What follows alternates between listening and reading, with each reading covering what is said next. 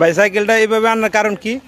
আনার কারণ হলো ভাই পেট্রোল 160। হ্যাঁ ওই এই সাইকেল কিনছি, আমার তো 160 নাই গা। ওই হ্যাঁ যাওয়া চাইলে চলে ভাই 20-50 খরচ করতাম, ইটে হাড়া আমার নাই। হ্যাঁ ওখানে চাইলে এই চাকাটা কই হবে দেখে হ্যাঁ এই চাকাটা আমি মাথাত করে আনি হ্যাঁ। মানে তুইতেছি ভাই, আমার টেহাটা বাঁচলো, আমার চাহেলটাও বাঁচলো।